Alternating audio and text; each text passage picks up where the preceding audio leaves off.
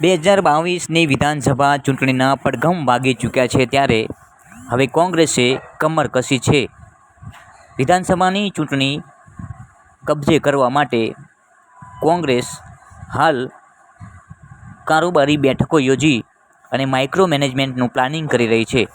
ત્યારે વાત કરવામાં આવે બનાસકાંઠા જિલ્લાની, તો બનાસકાંઠા જિલ્લામાં સતત તાલુકા દીઠ કારોબારી મિટિંગ યોજી અને માઇક્રો મેનેજમેન્ટ કઈ રીતે બૂથ લેવલ સુધી કાર્યકર્તાને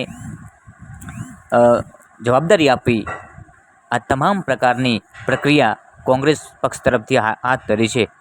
ખાસ કરીને બનાસકાંઠાની વાત કરવામાં આવે તો આજે દિયોદરના રેસ્ટ હાઉસ ખાતે કોંગ્રેસ સમિતિ દ્વારા કારોબારી બેઠક યોજાઈ હતી. વિધાનસભા ચૂંટણી પહેલાં સંગઠનને મજબૂત કરવા માટેના કોંગ્રેસના પ્રયત્નો મજબૂત રીતે ચાલુ થઈ ગયા છે.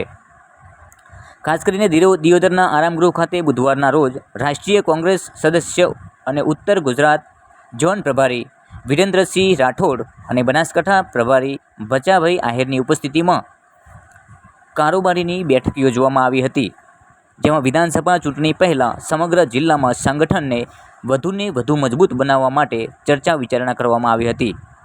જેમાં 2022માં સમગ્ર ગુજરાતમાં કોંગ્રેસની જીત થાય તે માટે દરેક કાર્યકર્તાને ખભેથી ખભો મિલાવી મહેનત કરવા હાકલ કરવામાં આવી હતી. બનાસકાંઠા કોંગ્રેસ જિલ્લાના નવનિર્મિત પ્રમુખ અને ખાસ કરીને યુવાનોના મજબૂત આગેવાન એટલે ભરતસિંહ વાઘેલાની આગેવાનીમાં કોંગ્રેસને બૂથ લેવલ સુધી બનાસકાંઠામાં મજબૂત બનાવી અને તમામ સીટો જીતવાની હાકલ કરવામાં આવી હતી.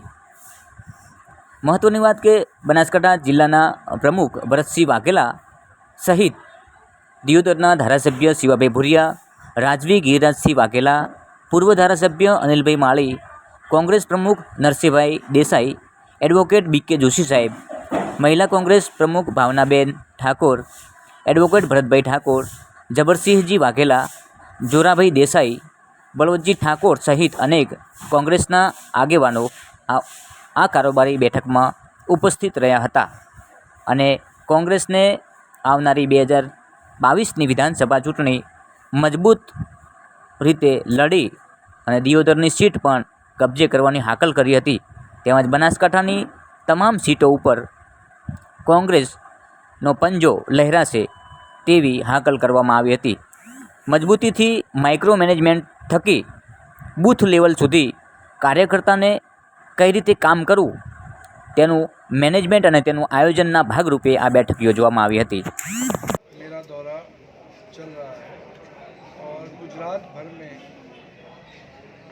2 से 3 दिन का जिला का प्रवास का कार्यक्रम है. इस दौरान तालुका स्तर पर कार्यकर्ताओं की बैठकें ली जा रही हैं. पिछले 3 दिनों में लगभग 9 से 8 से 7-8 ब्लॉकों की बैठकें हो चुकी हैं और कल भी 2 तालुकाओं की बैठक हमारी रखी गई है. इन बैठकों में संगठन की समीक्षा, संगठन को और कैसे धारदार किया जाए, तेज धार किया जाए, उसके ऊपर चर्चा, आगामी विधानसभा चुनाव में संगठन की क्या भूमिका रहेगी उसके ऊपर गंभीरता से चर्चा और जहाँ जहाँ कमियाँ हैं जिला स्तर पर, ब्लॉक स्तर पर और जहाँ जहाँ बदलाव की आवश्यकता है वहाँ पर बदलाव भी इस संगठनात्मक बैठकों के माध्यम से हम देख रहे हैं कि जो साथी अब जिम्मेवारियां बदलना चाहते हैं उन्हें और किसी बेहतर जिम्मेवारी हम दे सकते हैं. तो इन तमाम संगठनात्मक पहलुओं के ऊपर ये हमारे दौरे चल रहे हैं. चुनाव को नज़दीक है टाइम और संगठन के बारे में आप जो बात कर रहे हो, संगठन का अभी कुछ दिखाई नहीं दे रहा, क्या करो? संगठन तो हमारा कांग्रेस पार्टी का बहुत मजबूती से हर प्रखंड पर खड़ा है. आप देख सकते हैं आज भी जो है कोई पब्लिक मीटिंग थी, संगठन के साथियों की बैठक थी और लगातार जो है वो बैठकों का दौर जारी है और संगठन मजबूती से काम कर रहा है. बाकी हुद्दे उनको दिए जाएंगे या ऐसे ही चुनाव से बात होगी? देखिए, अहदे तो हमारे ब्लॉक स्तर तक हमारा संगठन पूरा बना है और आने वाले समय में बूथ को कैसे मजबूत करना है इस पर हमारा ध्यान केंद्रित है.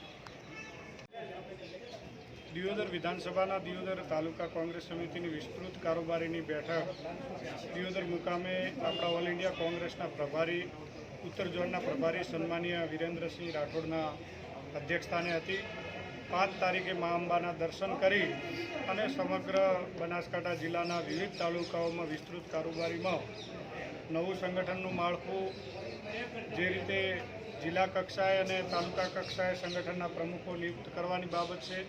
અમે લગભગ અમારી પ્રદેશની ગાઈડલાઇન પ્રમાણે 15મી સુધી તમામ જિલ્લા તાલુકા કોંગ્રેસના પ્રકોષ્ઠના અને જિલ્લા મંડળના પ્રમુખોની નિયુક્તિ કરી દઈશું. એ પછી 75 કિલોમીટરની પદયાત્રાનું આયોજન થવાનું છે. તે હરણીધર ભગવાન ઢીમાથી યાત્રા પદયાત્રા ચાલુ થશે અને એનું સમાપન લગભગ અમે ટોટાણા કે અન્ય જગ્યાએ કરશું. એ જ રીતે બનાસકાંઠા જિલ્લામાં કોંગ્રેસ મજબૂત છે. સંગઠનમાં પણ બધી જ જે નિયુક્તો કરવાની છે એની અમે પરામર્શ કરી આગેવાનો સાથે ચર્ચા કરી અને ટૂંક સમયમાં બધી નિયુક્તો આપી દઈશું. આભાર.